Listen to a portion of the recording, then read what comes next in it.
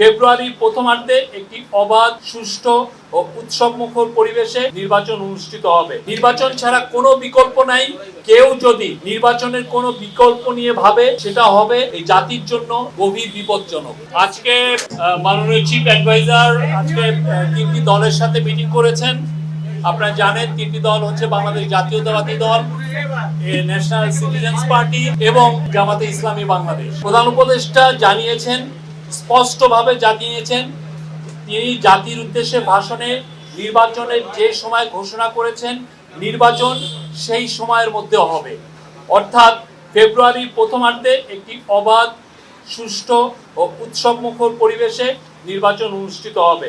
সকল রাজনৈতিক দলকে প্রধান উপদেষ্টা নির্বাচন নিয়ে আবারও তার প্রতিশ্রুতি জানিয়েছেন। তিনি বলেছেন, নির্বাচন ছাড়া কোনো বিকল্প নাই।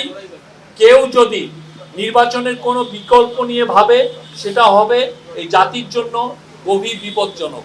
আজকে মিটিংগুলোর মাঝামাঝি সময়েই চিফ অ্যাডভাইজারের সাথে vice president of national consensus commission আর ডক্টর আলী রিয়াজ এবং প্রধান উপদেষ্টার বিশেষ সহকারী মুনির হায়দার দেখা করেছেন।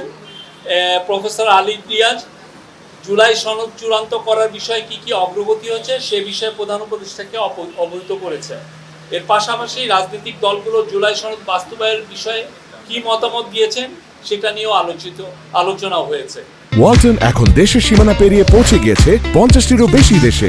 ওয়ালটন, ঘরে ঘরে, বিশ্বজুড়ে।